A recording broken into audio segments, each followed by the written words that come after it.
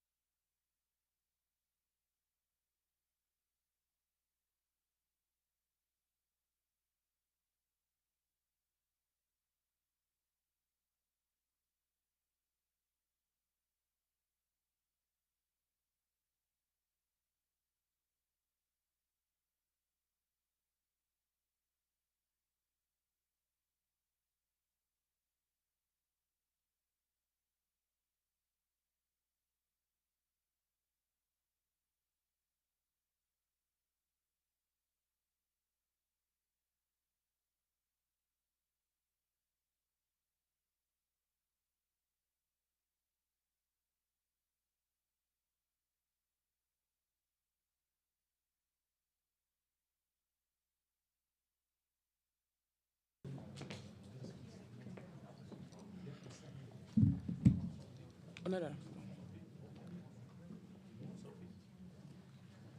Yeah, it's going to be fairly quick so you guys can be here. The rest can come across. Mr. Stanton, you can come over. Yeah. Hi. How you doing?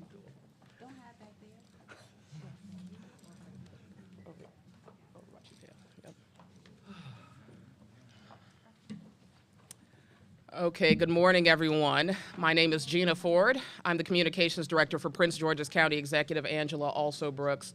As you all are aware, we have, the county has been working, the county executive, the police department, to come up with solutions to some of the rise in crime that we were seeing specifically among our young people. So today, the county executive and the chief are here too, and Director Davis, as well as Pastor Lee, addressed some of the solutions. So we'll hear from our county executive, followed by Chief Aziz, and finally Pastor Tony Lee, at which we'll take some questions from members of the media. Thank you. Good morning, everyone. Really great to be here this morning. You know, I think I'll start by saying I have often said, and you all have heard me probably say this, that pointing out a problem takes less talent than fixing it. And we are at a time where we all recognize, anyone with eyes can see that we have a very serious problem in our community regarding young people and their involvement in violent crime. Having said that, today is about a solution. And I want to thank everyone for coming together this morning. This is the crowd that is here to help us solve the problem, and I can't tell you how grateful we are for all of you for coming here today to be a part of the solution. And I want to thank the men and women all across our county, law enforcement, as well as our community leaders who have really taken this issue to heart, and so many of them are giving their heart and soul to ensure that not only our young people have an opportunity to be successful in life and to have a path straight towards success, but they are also here to make sure that we are safe, that we can live in a place that is free. And so we are here today. I want to acknowledge a few of our leaders who are here. First, I want to acknowledge our Director of Community Relations. She is a super bad woman. Her name is Unisha Davis, and I want to thank her and the Community Relations team for being here and for the tremendous work that they have done. I also want to thank our police chief and talk about super bad, Malik Aziz, who I couldn't tell if he just came to Prince George's County. It's been less than a year. But you can hardly tell that. I think we claim him already as a Prince Georgian because he has given us his very best as well. And so I want to thank him and all of the men and women of the Prince George's County Police Department who do just a heroic job in terms of keeping us safe, as well as the new members of our Violence Prevention Task Force. I want to thank them also for joining the team. I tell you, we are indomitable right now. We have a strong team that we're putting together. I also want to thank two of my really great friends. One has been a friend for a very long time, and every time I call him, I have worried this man to death. If it was State's Attorney's Office, he showed up for us. He's shown up for us over and over again here as I've been county executive, and that is Reverend Tony Lee from the Community of Hope AME Church. And so I want to thank him so much for being here. Barry Stanton, who is our Deputy Chief Administrative Officer for Public Safety, want to thank him. Likewise, he's been here months long back in this position, but he's done a beautiful job. So I want to thank him also for his leadership, as well as my good friend, and she's in the back. We are in her beautiful venue here today, and I think it's just gorgeous. And so I want to thank Brooke Kidd from Creative Suitland and Joe's Movement Emporium. Brooke has also been on the front lines for really a very, very long time, working with our young people. And I want to thank her also for opening up today and for being a wonderful part of our efforts today. Now, I want to cover our Hope in Action project, provide details on the Hope Collective, as well as congratulate the members of the Violence Prevention Task Force. Afterwards, I will hand things over to Reverend Lee and Police Chief Aziz, who will give you additional updates regarding the work that we are preparing to do. But first, I have an urgent plea, and I want to make this plea for all the parents of Prince Georgians, of our children in Prince George's County, and I say so as a parent of a teenager. And so I recognize what is required in this moment. I'm going to ask all the parents of children, the children of Prince George's County, to do me a personal favor and sit down with your children. Put them at a table. If you're like me, I get all of the tea that I need in the car with my daughter. She doesn't even recognize what we're doing. When we get in the car to ride, I hear everything I need to know about my daughter, about what concerns her, about what her thoughts are on various issues. And so I'm asking the parents of Prince George's County's children to please, ma'am, please, sir, do me a favor, the family members, sit these kids down and ask them what is going on. Don't miss the chance to connect with your child and ask them what they're seeing, what they feel, what their hopes are, what their concerns are, what their fears are. Find out whether there is something that we can do more as a community that we have not done to address the concerns that they have. Ask them what is going on, whether they're scared or stressed out. Ask why they believe what we're seeing is happening. And I believe that we'll get some solutions that we have not yet heard. It is important to talk to our children. We need to come together to better understand what is going on with the children of our community. And when we ask, I want us to also do me a favor and listen. Listen. Please, let's listen to our children. We want to reverse what we see as a troubling trend. It's an uptick that we've seen in violence, but I know as well as everybody gathered in this room that the government cannot flip a switch and make it happen. So for anyone who's under any illusion that somehow the government can cure this, I want to just disavow you of that thought right now. This can't be solved just by the government. We're here and we're going to put the full force of the government behind this issue, but I recognize without parents and family members and community leaders, there is very little that we can do to turn this around without them. And so, again, speaking as a parent, let's get to our children. Let's get back to where we were. Let's sit at the table, do whatever you have to do, ride in the car. I even walked around the neighborhood with my daughter, didn't even recognize, was going, would you like to take a walk with me? And I got all in her business during the walk. And I'm going to urge all of these parents to do the same thing. We have got to get into our children's business. It is critical. Now, reducing violent crime will require us all to work together. And again, while government cannot do it alone, we are taking every possible step forward to solve the issue, to protect our residents, and to protect our community. And our county is responding to this rise in violent crime through a coordinated effort across government, one that enlists local nonprofits to help stem the tide of violence while also working with the police department on effective solutions to track, deter, and solve violent crimes. Today, I want to talk about our work to stop violent crimes before they start. One important step that we're taking to meet this goal is the Hope in Action Anti-Violence Project. And again, I want to thank Pastor Lee for bringing us this project. This is something that he wanted us to replicate. He first noticed that it was having some success in California and brought it here. And we launched in late October this program here, and it helps us to prevent violent crime through a focus on interrupting cycles of violence with targeted care. The program uses 4 strategies to reduce gun violence. We're working with peacekeepers to prevent violence before it can start. We're also using a strategy which combines diversion and reentry services, which offers first-time and recurring non-adjudicated youth offenders assistance with the state's attorney's office. That's through the existing Urban Youth Pretrial Diversion Academy. We're using community and school-based wraparound services as well to offer after-school enrichment programs, assistance with food insecurity, case management services, and access to in-school peer support groups. And our 4th strategy is the Violence Prevention Task Force. And today I'm proud to announce that we have appointed 20 individuals to the Violence Prevention Task Force. Each of them comes from across Prince George's County, which helps this task force have an inclusive perspective.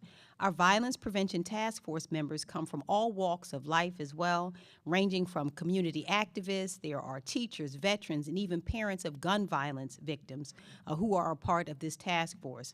This group will meet and identify areas of critical need where we need more resources, and will work on a plan to ensure that we get resources into the most critical parts of our community. They will also work to develop short and long-term strategies to reduce violence in our communities. I'm looking forward to all of the ideas and recommendations that this outstanding group of community representatives will put together, and I believe that their work will create innovative solutions and strategies to help us effectively combat violent crime in our community. In addition to the work of our Violence Prevention Task Force, we are also proud to partner with a group of nonprofits in our community who work to address issues like health care access, poverty, housing, and a number of other urgent problems that our residents face. The county is providing grant funding to a group of nonprofit partners that we are calling the Hope Collective. Together, these nonprofit entities will help us provide targeted, wraparound services into communities that need them most. I'm honored to work with these 16 grantee organizations on solutions that help our residents and provide a path away from violence for our young people. This grant program represents a critical component of our Hope in Action anti-violence project, and with these grant funds, our Hope Collective will be able to expand the reach of their work, maximizing their impact.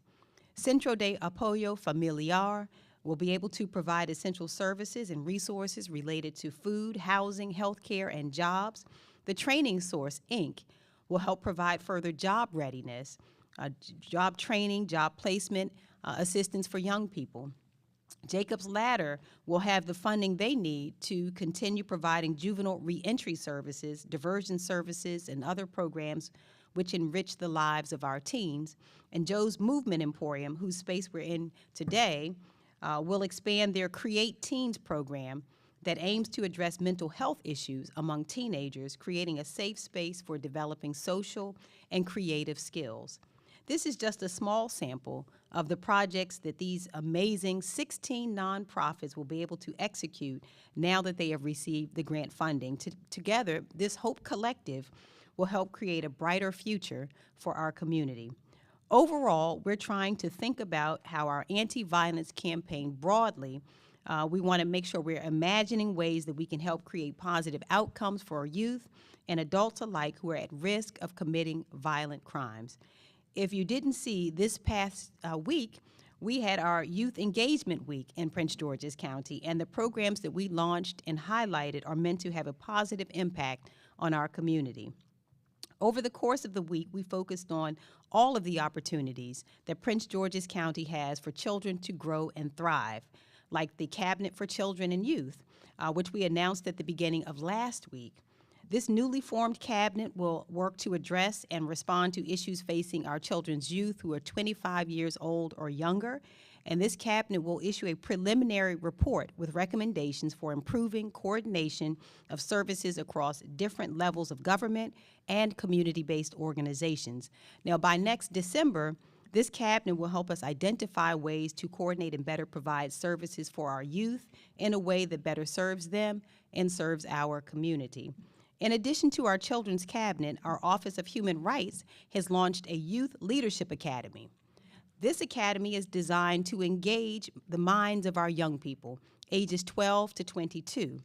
Participants in the program learn about a variety of human and civil rights issues and how they have the power to make a positive change. This program encourages our young people to feel empowered. At any age, we want them to know that they can make a positive difference in our world. And this program goes a long way towards showing our youth how they can help promote human rights. Prince George's County has a long and focused effort as well. Many of you are aware of our Summer Youth Enrichment Program, and this program has allowed us to help our children with every opportunity available so that they might succeed in a changing world. It may be cliche, but we know that our children are the future, and we also know that the most important investment we make is in our kids. And so that's why when I took office, I worked to expand the scope of our Youth at Work Summer Youth Enrichment Program, increasing job opportunities and expanding the age range. In fact, in our first year, we doubled more than doubled the number of children who could participate in our program, employing close to 7,000 children our first summer. And even during the course of the pandemic, that commitment remained in place. And we employed over 4,400 children even during the course of the pandemic. This summer, we will continue to offer this program for our youth.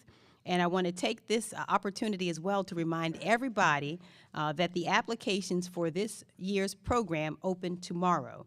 So we need you all to let Lottie Dottie and everybody know that the application is online tomorrow. They'll start calling me to find out when. But for our children 14 to 22, they can now apply. And after its successful first summer, even during, again, the midst of the pandemic, we also launched the Alsobrooks Summer Passport Experience, which will continue to provide our youth with a healthy way to learn, interact, and play this summer as well. The kids want to go to Six Flags and other places and have midnight basketball, arts, other programming. So these two programs together mean that our youth will always have something constructive to do during the summer months. And so that leads me basically to my very last point. And you know what? This one is just honest. I am, like so many other people in our community, I am so frustrated and so concerned about the violence that we're seeing. I just am. I don't know how else to say it. I am just so upset about it and concerned about the people in our community who have been victimized. I am likewise concerned about the future of our children. We know that there are two ways we do this. We invest in our young people, and today is to talk once again about the very heavy investments that we are making in our young people to help them heal, to help them grow, to help them thrive, to make sure we're wrapping our arms around them, reminding all of us again that we can't do this without their parents and without their family members. We can't do it. It won't be solved at the police station. It won't be solved at the courthouse. It won't be solved through the government. Children are developed first at home. We recognize that the people who have the greatest influence over our children are the people in their sphere. We want everyone to know that the government is right here. We're going to provide, we will spare no resource available to us to make sure that we are investing in our young people. And as I pass it off to our police chief, I also want the people of this community to know that I take their safety and their freedom to heart. That likewise, just as our children have a right to be free and to thrive, so do their parents and grandparents and aunts and all of the rest of us have a right to live in a place that is free. So I do want to be abundantly clear that we're making the investment now, and we know that some of our young people have to be held accountable.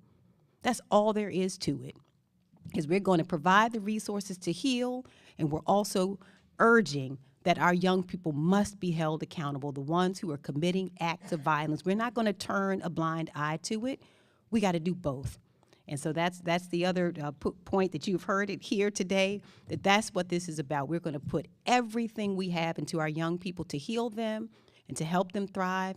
And for those who are determined to harm, to scare, and to hurt our community, I'm asking and demanding that they also be held accountable. So I'm going to hand this over now to Chief Aziz. And again, thank you so much to all of you. I look forward to the work that we're going to continue doing together. Thank you. First, well, good morning, I should say, still morning. I'd like to start by thanking our leader, the venerated county executive, Ms. Angela Alsobrooks, the executive leadership team of Prince George's County, and the DCAO, Mr. Stanton, for their leadership, as well as the Office of Community First out of Prince George's County PD, and the Office of Community Relations in our county, as well as our law enforcement partners and personnel. We've come together to address this very important issue, which we all agree is affecting the very fabric of what makes Prince George's County so great. It's our communities. We are very excited about these initiatives, and even more so about what we hope our collaboration with the collective will yield as we work together to provide these services to our communities, youth, and their families. At the end of the day, it's about diversifying our approach and ensuring we do everything we can, not only to combat crime, but to uplift and empower our children and to unify our community. We're proudly working with Reverend Tony Lee of the Community of Hope AME Church as partners in Hope in Action Anti-Violence Project. In Prince George's County Police, we have a number of initiatives we're undertaking to reach our youth. Our Youth Roundtable discussion is an event designed to allow our youth to engage in an honest and open conversation with members of the police department and our community leaders. This event will allow youth to ask questions directly about an array of topics including their interactions with law enforcement, and express the very real concerns that they may have. It's a discussion that seeks to put our youth at the very center of the conversation by offering them a real seat at the table where they can make their voices heard, and we are listening. Our nationally recognized Police Athletic Activities League will be partnering with the Boys and Girls Club of Greater Washington to provide our youth with more targeted programs and high-yield activities that will enhance and encourage positive youth development. This partnership will focus on 3 priority outcomes for our youth: academic success, good character and citizenship, and healthy lifestyle choices.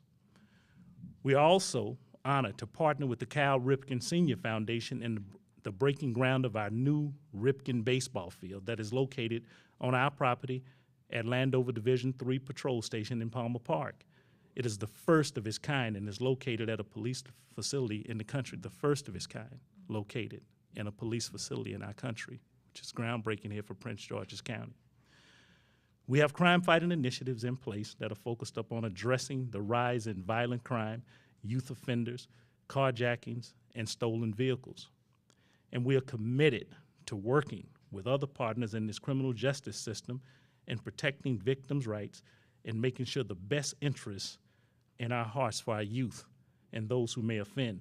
Sometimes this means providing services and oversight to youth offenders in facilities that provide meaningful outcomes, providing both access and opportunity to our youth and their families, giving access and opportunities to youth and their families. Our past initiatives, like Operation Resolution, which is a winter crime initiative in Prince George's County, resulted in a 30% crime reduction in our 6 focus areas.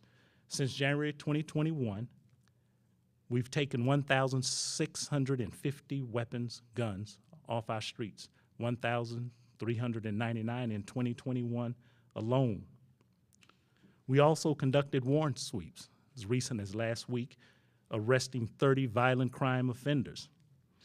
And yet we know this isn't enough, that we need a holistic, wraparound approach.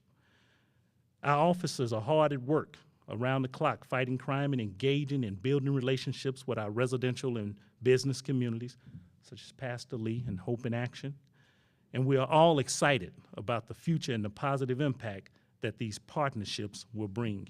Your Prince George's County Police Department remains a committed ally and partner in this fight against crime, the rebuilding of our youth, and the progressive, positive outcomes for the future of Prince George's County.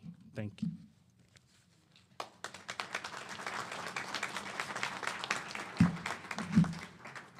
Now, I know this is a press conference, but as a pastor, I feel like saying, let the church say amen. I am the Reverend Tony Lee, and program director right now for the Hope in Action Project. I first want to thank our county executive, Alsobrooks. You have been a faithful partner in this community as state's attorney and now as county executive, and I am grateful that you did not just come with talking points, but you came with resources. And that is what is so important. We cannot deal with this problem reactively, but proactively. And in order to do it, we need the resources to do it. And so I want to thank you, thank your team that has been so excellent. I want to thank our Chief Aziz, who I met you on your 3rd day in town.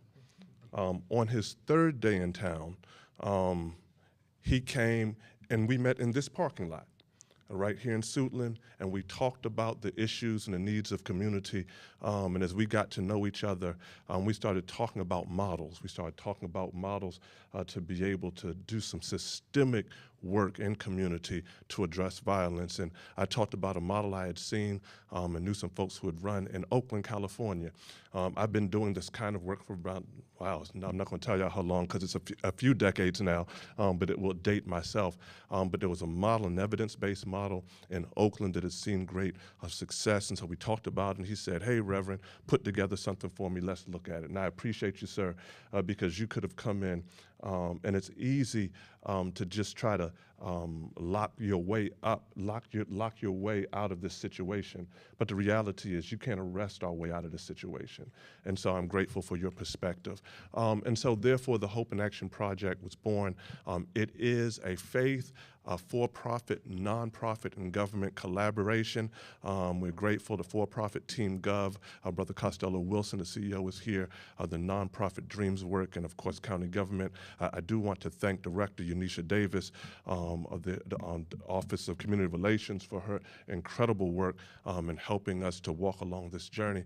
And we have 3 legs to this stool. We've got 3 legs to this stool. One leg is our violence interrupters. Those are people who will be embedded in community. We have been able to utilize information from the police department to identify communities where we are seeing the most violence, whether it is being perpetrated or victims, and we want to make sure to be able to really drill down and offer resources and services in those communities. Our violence interrupters are people who will be who are hired to embed in communities. They're hired to embed in communities so that they can be able to be our ear to the streets. They can be able to be working with folks so that when issues are bubbling up, they can help to intervene, help to bring truces, help to bring conflict resolution. They'll also be in our schools and with our young people and offering services there. And I'm grateful for Ms. Joanna Hardy is the director of our violence interrupters. And so Ms. Hardy, who's right here in front of us, we're so grateful for her as we are hiring and bringing that team on right now. The second leg to this stool is our Hope Collective. And we are just, my gosh, so excited about 16 community organizations who are already doing the work.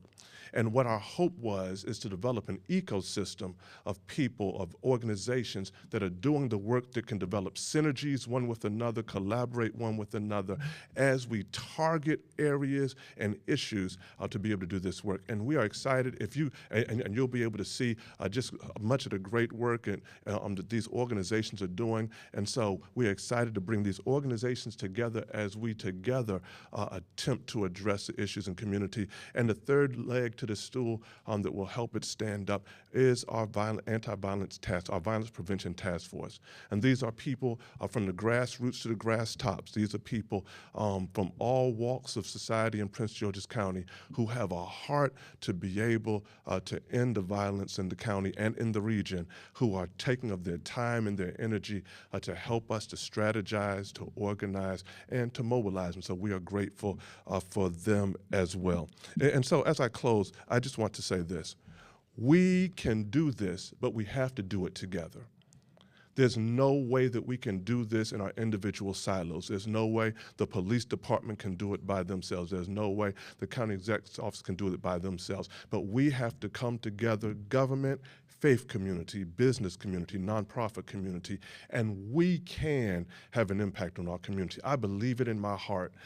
I believe it in my soul that we can stem the tide of the violence that is plaguing our communities. But the only way we can do it is what?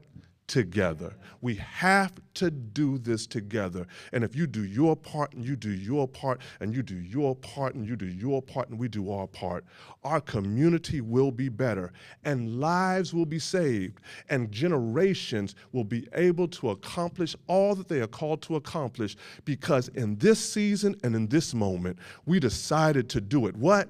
Together. Thank you so much.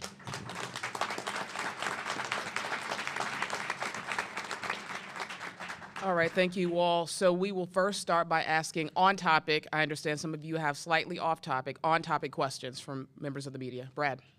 On this topic, with respect to everyone gathered here pitching in and not meaning to be imperfect, do you have any evidence that these programs over time have worked? Yes. You know, we know what happens. We kind of enumerate what doesn't happen, but is there any evidence that it works? Violence interrupters in Baltimore, they've had several shot and killed. They're reassessing the program. And so what I would share with you is the model we're using is not just violence interrupters, but I talked about the various prongs or the various legs to the stool. The model in Oakland is an evidence-based model that has worked, and it has all of the evaluation, et cetera, to talk about the success they have had in Oakland. It's still going on in Oakland right now. I was just with their team about a month ago, and so we can share with you some of that information, some of the evidence, but that is a model that has shown success. And I also want to add to what Pastor Lee said is to remember that there are multiple prongs to the approach that we are suggesting today. So Hope in Action is a part of it, but remember there's also the investment we continue to make in the Summer Youth Enrichment Program. There's the Children's Cabinet. There's the plan through the Human Relations Commission. So it is multi-pronged. We recognize that this problem is complex and that it requires a complex solution. And so it is what Pastor Tony Lee is bringing, but it is a multi-pronged and it is a funded approach toward addressing the violence. Not just one area, there are multiple, we're using multiple weapons, in other words, to address it. But we've stood in these positions so many times, talking about these various programs, and yet the numbers just keep going up. Well, you know what?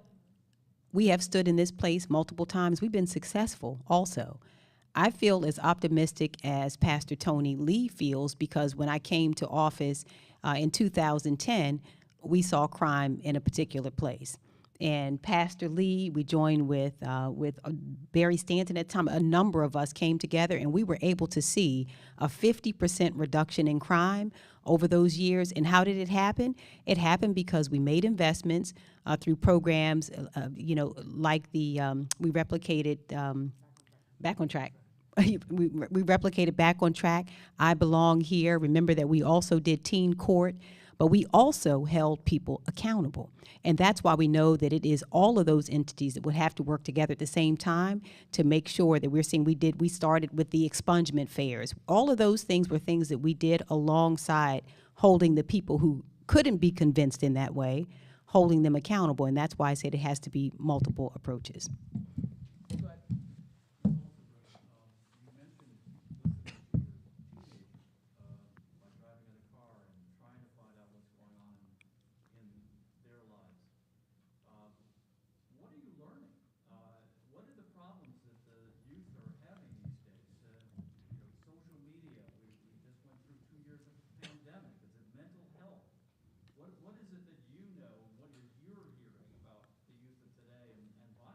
That's such a great question. And I can tell you I have learned a lot through my daughter's eyes, especially over the last 2 years. She's close to 17, and so I think she reflects the concerns of this entire generation. Our children are under extreme pressure, and many of them are operating almost under duress. They are concerned about the future. Social media, they have these images and have the pressures literally in their pockets. Unlike when I was 16 or 17, these children have to walk around because of social media and because of the internet. They're exposed to things 24 hours a day virtually that concern them. The violence, they're not immune to it. They recognize that it is happening. They're concerned about all that they are seeing around them, and they deal with these pressures 24 hours a day. And this is where they are. Many of them are depressed. A lot of them suffer from anxiety, and they're seeking ways to cope. And I think social media has also prevented our children from developing the interpersonal skills that we were forced to develop as young people because we had to talk to each other. We had to stand on the playground or stand out in the neighborhood and converse with each other. When you do so through Snapchat, Instagram, or whatever it is they communicate, to me, it deprives them of the opportunity to develop the skills that we had to develop in terms of interpersonal skills, in terms of conflict resolution. So all of those things are hampered by social media, and so that's the reason I'm saying we got to get in their face again.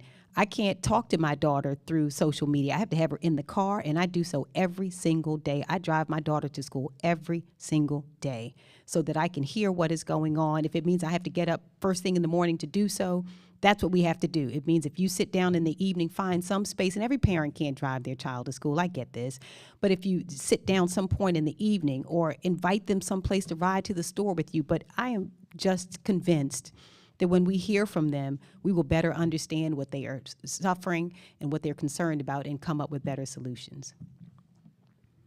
Okay, we can ask off-topic questions. Chief, what can you tell us about a couple of things?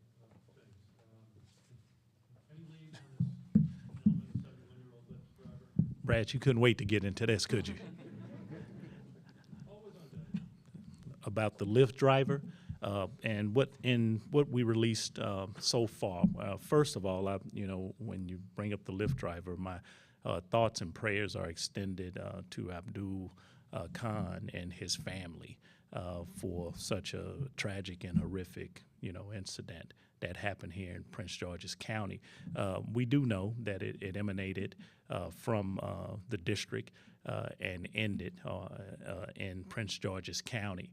And our investigators, you've heard me say this from time to time, Prince George's County and Prince George's County Police Department, you should be very proud of the men and women who are investigators there, that they work tirelessly in these efforts to bring justice to victims' families for that victim who is no longer with us. And we're working we're doing a diligent duty and working some really promising leads right now to bring that investigation to a close and bring justice for the family. So right now, other than what we have released, we have some things that we're working on, and we should be able to get those things up here relatively soon.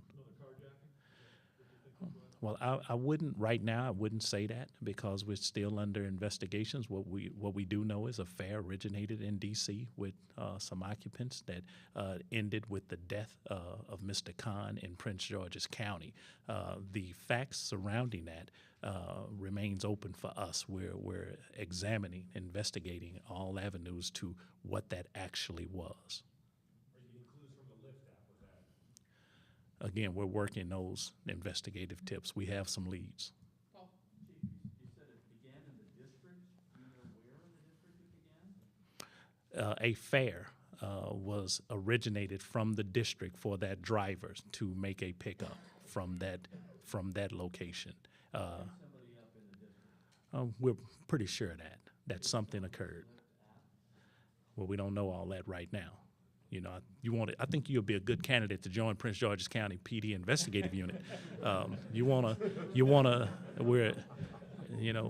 We're speculating, and so whether we are finding if that was a pickup or something occurred in the district or did it occur in Prince George's County, we're working through those things right now.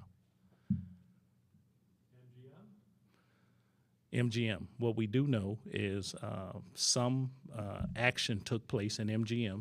A fire alarm was triggered in some kind of way, whether that was intentionally or not. And during the fire alarm, where people exit rather rapidly, then someone set off what we are pretty sure are fireworks. And fireworks sound very closely related to gunshots. And that even created more panic in the attempt to exit the MGM. And during that course of exiting, then we believe in preliminary investigations that a theft occurred or thefts occurred inside the MGM at that time. And so we're working through the information that we've received from MGM and other people who were present at the location. And so we're getting close to trying to figure out exactly the sequence of events that took place with the fire alarm, the fireworks, and the subsequent thefts. Would it seem to be a coordinated thing? Well, when you put things together, anything you can make coordination. So I don't want to go that far to say it was coordinated because this could have been a series of events that some opportunists decided to take advantage of, or it very well could have been the same people who triggered the fire alarm, who set off some fireworks, and then subsequently made some thefts. We're putting the pieces to that together as we speak. Nothing further. Thank you, everyone.